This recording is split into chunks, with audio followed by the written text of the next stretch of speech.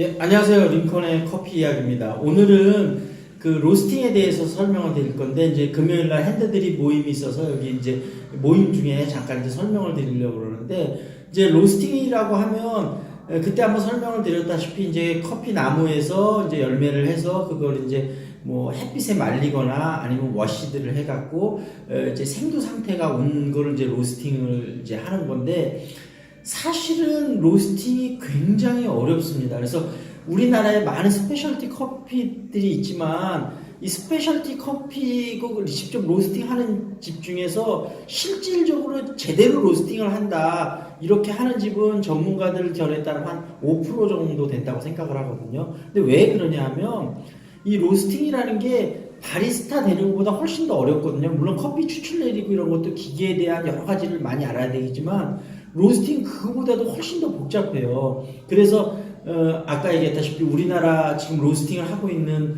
것 중에 95%는 제대로 로스팅을 못하고 있다 이렇게 판결을 내리는데, 그 큰 이유가 뭐냐면 로스팅은 아직 이제 바리스타는 그래도 좀 더 이제 대중화가 돼서 전문적으로 교육시키는 기관도 많고 그렇잖아요. 근데 로스팅은 아직까지 로스팅을 직접 하는 사람이 많지를 않다 보니까 로스팅을 전문적으로 가르쳐주는 데가 공식적으로는 없어요. 그러니까 로스팅을 잘하는 전문가한테 이제 배워야 되는데, 이 사람들이 본인이 가진 기술인데 그걸 또 잘 가르쳐 줄 리는 없잖아요. 그러니까 만약에 제대로 배우려고 그러면 보통 한 번 배우는데 몇백만 원씩 한 5번 정도 배워야 되는데, 그렇게 또 사람들이 돈을 많이 내고 싶어 하진 않잖아요. 그러다 보니까 제대로 배울 수가 없고, 그러니까 어깨너머로 대충 아는 사람한테 로스팅 몇 번 배워갖고 그냥 카페를 오픈해갖고 로스팅을 하는데, 아까 얘기했다시피 실제는 그게 제대로 된 로스팅이라고 하기가 어렵죠. 그래서 예전에 그 카페 오래 하셨던 어떤 사장님 중에 한 분이 그런 얘기를 하시는데 저도 공감이 갔는데, 이분이 로스팅을 하는 많은 카페들이 우리나라에 있는데 그 카페 가는 걸 자기는 별로 안 좋아한다고 그러더라고요. 그래서 왜 그러냐니까 갔다가 실망한 점이 너무 많아서 로스팅을 제대로 하지를 못하니까. 근데 실제로 그렇습니다. 로스팅은 우리 예를 들면 카페 같은데 점장 같은 경우도 로스팅 교육을 되게 많이 받은 친구거든요. 그러니까 실제로 그렇게 많이 받은 전문가 중에 전문가는 많지는 않다는 거죠. 근데 이번에 제가 이제 기센 기계가 이제 독일 기계인데 로스팅 기계 중에 제일 좋은 기계 중에 하나거든요. 그걸 설치하면서 어느 정도로 이게 민감하냐면, 이제 여기가 도시가스가 들어오는데 이 도시가스가, 우리는 그냥 생각할 때 도시가스가 그냥 일정한 압력을 계속 들어온다고 생각하잖아요. 근데 그게 아니고 도시가스가 들어오다가 예를 들면 건물에 뭐 어떤 데서 도시가스를 순간적으로 많이 쓰잖아요. 그러면 들어오는 압력이 조금씩 달라지는 거예요. 시간별로.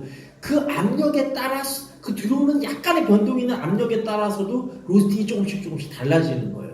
그만만. 근데 이제 그 약간의 차이는 물론 이제 그 기계에서 어느 정도는 잡아내는데, 어찌됐든 그런 부분까지, 그러니까 지금 시간대가, 그래서 로스팅을 보통 새벽에 많이 하는 이유가 아까 얘기했다시피 그때는 별로 딴 층에서 가스를 안 쓰니까. 그러니까 그런 부분까지도 생각해야 될 정도로 로스팅이 아주 예민한 작업이라는 거죠. 그리고 그 다음에 이제 보면 그 이제 또 기센에서 이렇게 프로그램이 있어요. 그래서 어떤 원두 때는 어떻게 해야 되고 기본적인 프로그램이 있거든요. 이거를 통해서 이제 이 생두의 특징을 하면서 그걸 하면서 그 프로그램에 맞춰보면서 계속 똑같은 생두라도 아주 여러 번 테스팅을 해보고 그걸 다시 커핑해보고, 커핑은 제가 다음에 다시 한번 어떤 건지 말씀을 드릴게요. 그래서 그런 식으로 해갖고 맛을 이렇게 잡아나가는 과정인데, 어찌됐든 로스팅은 되게 까다롭다. 그래서 여러분이 스페셜티 커피나 이렇게 찾아가실 때도, 아니면 커피 볶는 집하고 많이 써 있어도 정말 이 사람이 제대로 로스팅을 하는 집인지 그런 부분들을, 근데 대부분 판별할 수 있는 게 이제 제대로 된, 만약에 하는 데라면 그 로스팅하고 이런 사람들이 뭐 바리스타가 됐든 로스팅 대 나가서 여러 가지 상도 타고 대회 참가했고 그런 것들이 그 카페 들어가면 어느 정도 표시가 돼 있어요. 그래서 그런 것들을 보고 아, 이 사람은 전문가구나. 근데 그렇게만 설치해놓고 이 사람이 실제 없는 경우도 있긴 있는데, 왜냐면 없는 경우는 이제 카페가 여러 군데 있어서 이 사람이 없는 건 아니고 실제 이제 여러 군데 가다 보니까 이제 그런 경우도 있을 수 있는데, 어찌됐든 뭐 여러 군데여도 뭐 이렇게 퀄리티 컨트롤은 어느 정도 하겠죠. 근데 어찌됐든 그런 것들을 보면서 아, 이 집이 좀 로스팅을 제대로 하는 집이구나, 이런 거를 판별한 다음에 카페 가보시면